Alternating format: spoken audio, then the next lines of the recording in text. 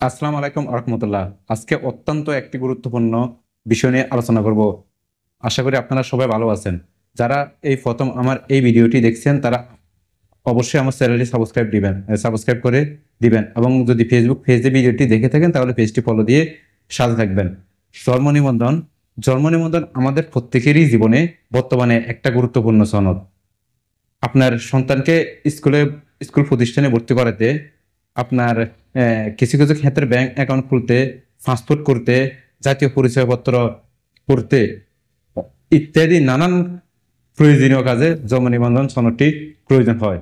আপনার হাতে থাকা জন্ম নিবন্ধন সনদটিতে যদি কোনো প্রকার ভুল হয়ে থাকে, কোনো প্রকার তথ্য ভুল আসে, তাহলে আপনি কি করবেন, এটা কিভাবে তথ্যটাকে সংশোধন করবেন, কোন কোন অফিসারের দ্বারা তথ্যটা সংশোধিত হয়, কার কাছে যাবেন, কোথায় যাবেন, কোথায় গেলে খুব তাড়াতাড়ি ঘরে বসেই আপনার জন্ম নিবন্ধনের তথ্যটা আপনি সংশোধন করে নিতে পারবেন, এই বিষয়ে আজ কয়েকটা কথা বলবো। আচ্ছা, এখানে তথ্য সংশোধন বলতে কি আর তথ্য পরিবর্তন বলতে কি? আমরা অনেকেরই একটা ভুল ধারণা আছে যে আমার নাম আব্দুল করিম, এখন আমি যে কোনো কারণে হোক আমি আমার নামটাকে আব্দুর রহিম করতে চাই জন্ম নিবন্ধনে। এটা কি সম্ভব?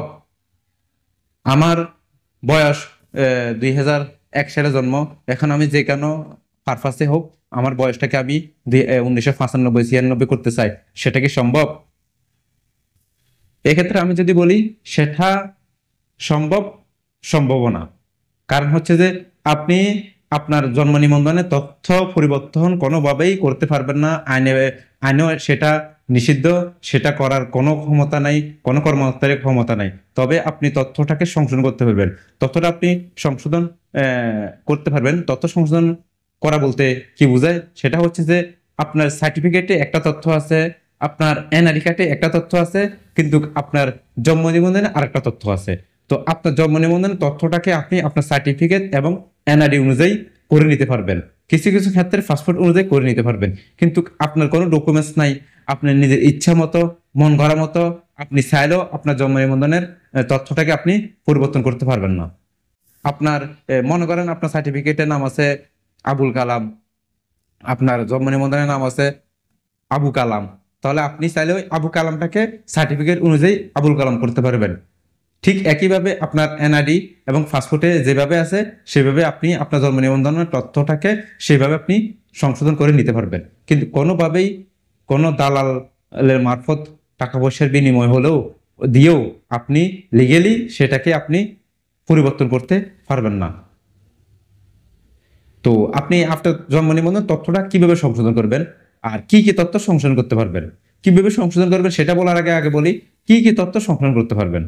আপনি আপনার জন্ম নিবন্ধনের নামের তথ্য সংশোধন করতে পারবেন, অর্থাৎ নামের প্রথম অংশ বাংলা, নামের দ্বিতীয় অংশ বাংলা, নামের প্রথম অংশ ইংরেজি, নামের দ্বিতীয় অংশ ইংরেজি, সেটাকে সংশোধন করতে পারবেন। আপনি আপনার জন্ম নিবন্ধনের জন্মসাল, দিন, মাস, তারিখ সংশোধন করতে পারবেন।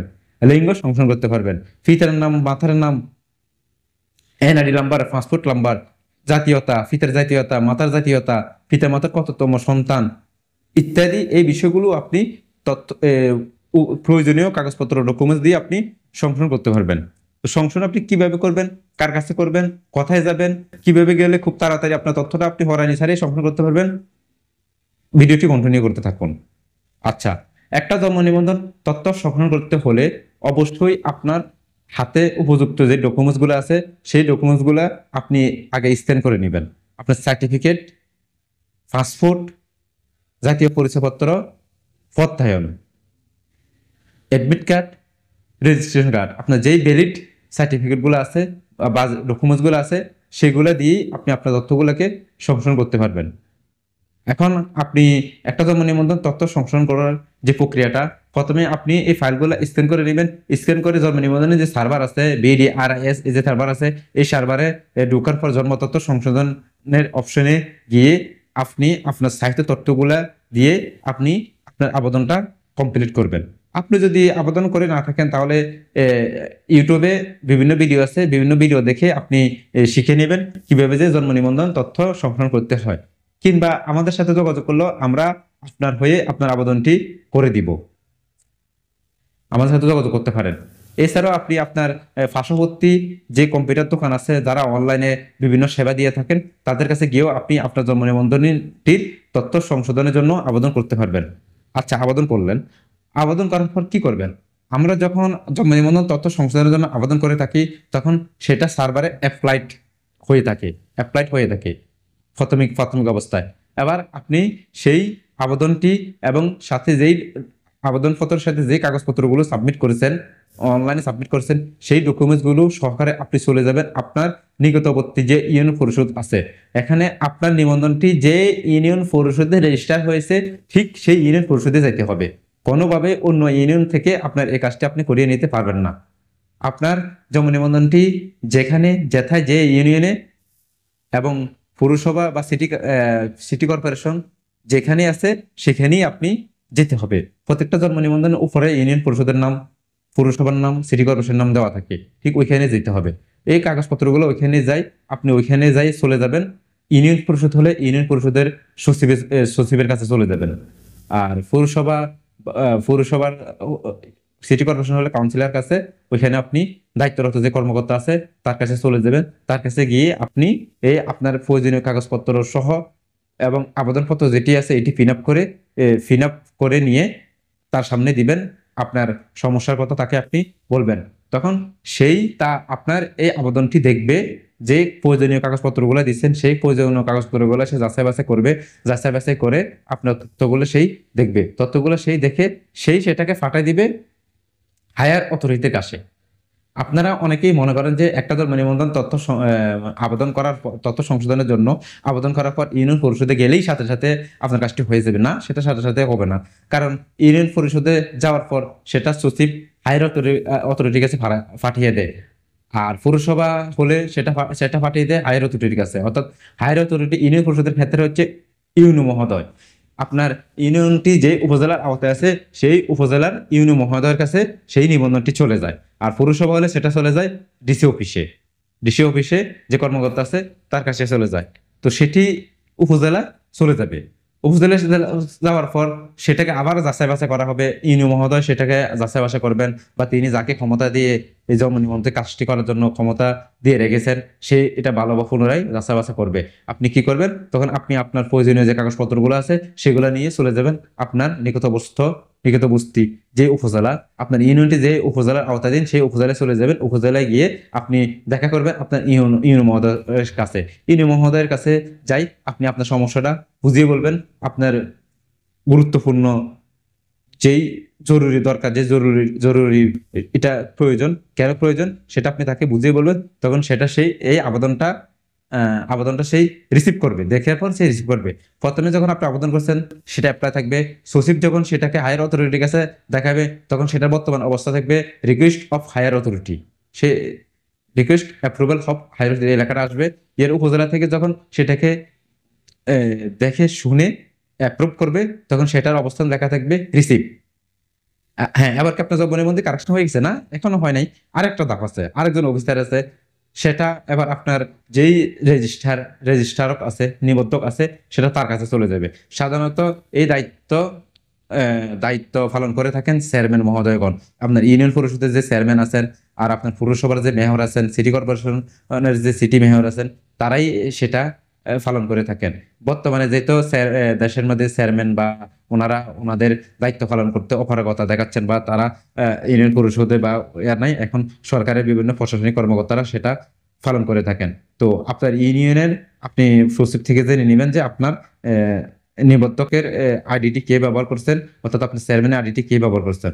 আপনি যখন উপজেলা থেকে রিসিভ করে দেওয়া হবে আপনি চলে যাবেন তখন ওনার কাছে। তখন উনি সেটাকে অ্যাপ্রুভ করবে। উনি যখন সেটাকে অ্যাপ্রুভ করবে তখন অনলাইনে আপনার তথ্যটি কারেকশন হয়ে যাবে। আপনি যে তথ্যটি চাইছেন সেই তথ্যটি আপনি তখন অনলাইনে দেখতে পারবেন। হ্যাঁ, এবার আপনার কাজ হচ্ছে আপনি আবার ইউনিয়ন পরিষদে আসবেন। ইউনিয়ন পরিষদে এসে সচিবকে বলবেন, সচিবের কাছে যাবেন। তখন সচিবকে আপনার আবেদনটি দিবেন। সচিবের সেটা দেখার পর যখন দেখবে যে অ্যাপ্রুভ হয়ে গেছে, সচিব সেটাকে তখন ফিন করে দিবে। ফিন করে স্বাক্ষর দিয়ে দিবে এবং ইউনিয়ন পরিষদের সিটি কর্পোরেশনের পৌরসভার যে সিল আছে সে সিলটি দিয়ে দিবেন। আপনি পরে সেটা যে আপনার চেয়ারম্যান দায়িত্ব যিনি পালন করে থাকেন বা যিনি চেয়ারম্যান আছেন তার কাছ থেকে আপনি সেটার স্বাক্ষর নিয়ে নেবেন। এই হচ্ছে একটা জন্ম নিবন্ধন তথ্য সংশোধনের সম্পূর্ণ প্রক্রিয়া। আমি যদি সেটা একটা সামারি করি, এখন একটা জন্ম নিবন্ধন যখন তথ্য সংশোধন আপনি একটা জন্ম নিবন্ধন তথ্য আপনি কখনোই পরিবর্তন করতে পারবেন না।